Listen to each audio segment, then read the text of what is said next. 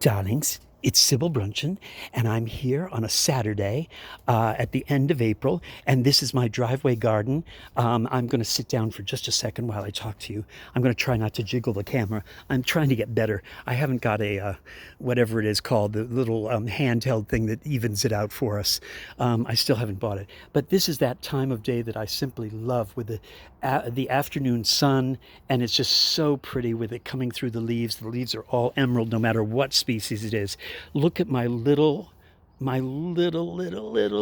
Japanese painted ferns. They're finally coming up. They are absolutely beautiful. I have to thank Paul Jablonski for introducing me to that species out on Fire Island. I have a pot full of them on my deck in Cherry Grove. You can see all around here, you can see that those are lilies of the valley, and they're sprouting finally. They're the Siberian irises. They're my peonies that look like they're from outer space. And then here's all my plants that I'm beginning to grow. Let me show you over here. First of all, my periwinkle is absolutely in heaven. Look at that. The periwinkle are all coming up. They're blooming. Here's my honeysuckle, which is climbing in front of this horrible barrier pole. Hydrangeas came up, hyacinths came up, hydrangeas, thank you, Troy, hyacinths. I like putting plants together that are spelled similarly so that Mummy, with her failing memory, can remember them a little bit better. I'm doing moss transplants, much like Cy Sperling with his hair transplants. I'm going down the hill and getting little plugs of moss and tucking them in, and they're doing well. And then here's my hydrangea, as I said, and then the irises are doing well. I haven't pulled all the witch's hair out of here yet, but I did over here. And here's some transplants and some bulbs that I planted. And then over here we have more of my irises, and of course here are Mira's irises. My neighbor down the street gave me a whole bunch of irises last year, pale yellow, and she had to dig them up. They were not doing well in a pot, and she gave them to me, and they not only did well, they not only bloomed, but they bloomed twice. They bloomed in the spring, and then when everything else was going dormant, all of my irises, hers bloomed again, a full, I have to say, even a bigger bundle of irises at the end of the season. I was shocked and tickled, and I bless and thank Mira every day in my heart, and when she goes on her power walk. Anyway, over here, more rocks from the soil and from the area to build up the walls for erosion. These are Jacob's ladders. I am in love, and they're perennials. They need shade, and they blossom, and then they relax. And then here's, look at these. Can you believe it? Forget-me-nots. They're absolutely gorgeous. And some crocuses that I planted. And here is coreopsis, which I'm about to put into that big hole. This is the gardening tip I wanted to give you, because the other day I told you some stuff, and people were like saying, Sybil, you've got to go back on and explain it to us better, okay? By the way, under there are grape hyacinths and columbines from last year. And these are I'll look it up for you, but they are absolutely indestructible and wonderful. I can't recommend them enough, but they do need sun, more coreopsis, etc. Okay, Mummy was telling you to take pots and let me walk over here. Good gardeners save old flower pots. And the reason they do that is because of this, and I'll show you as I bring everything down on myself and kill myself. Okay, can I pull these out? Yes, I can. Okay, I save pots of all different sizes, and I wash them and I clean them and I stack them. And the reason I use them is this. Let me see if I can get down on my knees without you being horrified by the sound effects of my knees giving out. When I'm planting a plant, there's my coreopsis, okay? It's a little wilty, it needs water. So I get pots that are the same size as that.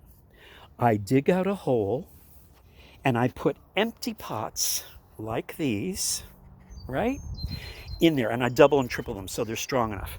I put them in at the right depth and the right width and everything as the pot of the coreopsis.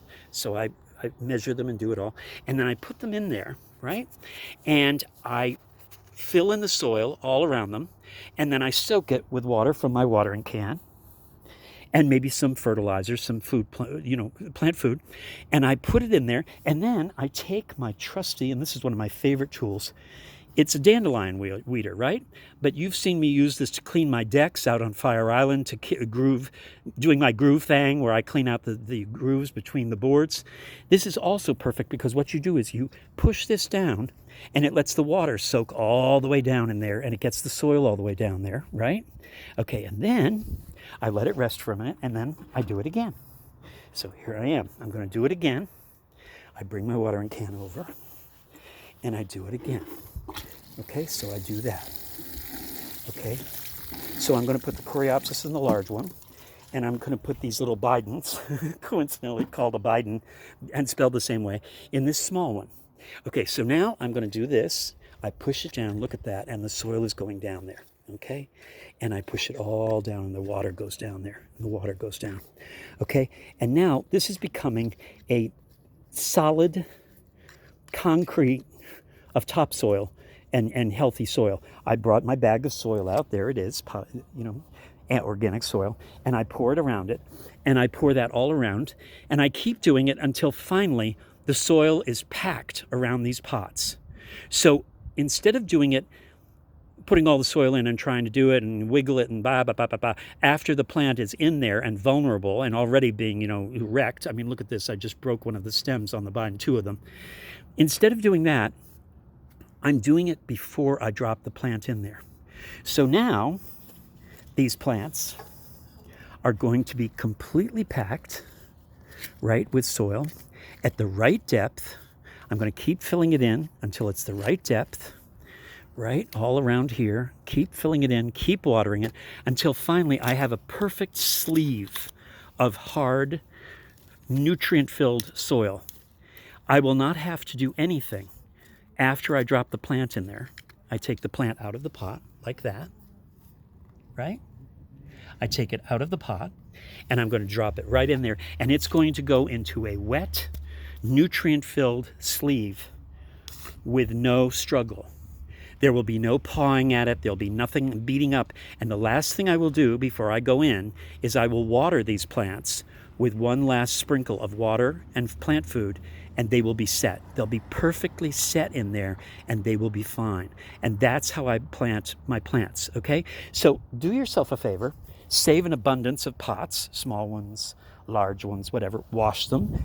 Stack them inside each other. Keep them in your garage or in your basement or whatever, or in your gardening shed. And then always use them to plant, and whatever plants you buy, you'll always be able to do that. I know Kimberly Young is probably doing this. She's such a genius gardener. But for those of you that are wondering how to plant things and not beat them up when you get them in the ground, this is one way to do it. Okay? Alrighty. I think that's it. I've bored you enough. Forget-me-nots, how happy. And look at how bright the blue is. I wish you could see how really bright this blue is. In afternoon light, it's like the blossoms of grape hyacinths, Jacob's ladders, everything. Look at this. Look. This is so much brighter than what you're seeing. I know what you're seeing because I'm looking through my camera, but it's nothing. These marigolds are vibrating as if they're ultraviolet. There's something going on. And what it is they've stored up all that sunlight in their blossoms, and they are absolutely vibrating with light. Look at the white, vibrating with light at the end of the day. Afternoons in gardens are the best time of all. Anyway, what do I always say? Be in the world and of the world. If you're not a gardener, at least go out and look at flowers somewhere nearby, or admire a friend's gardens, or go to a park. Okay? Be in the world and of the world. Remember to be present, to be mindful, and to be oh so grateful.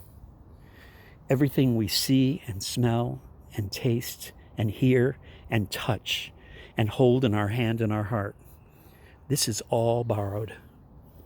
This is all only borrowed. I'll talk to you soon. Have a lovely evening.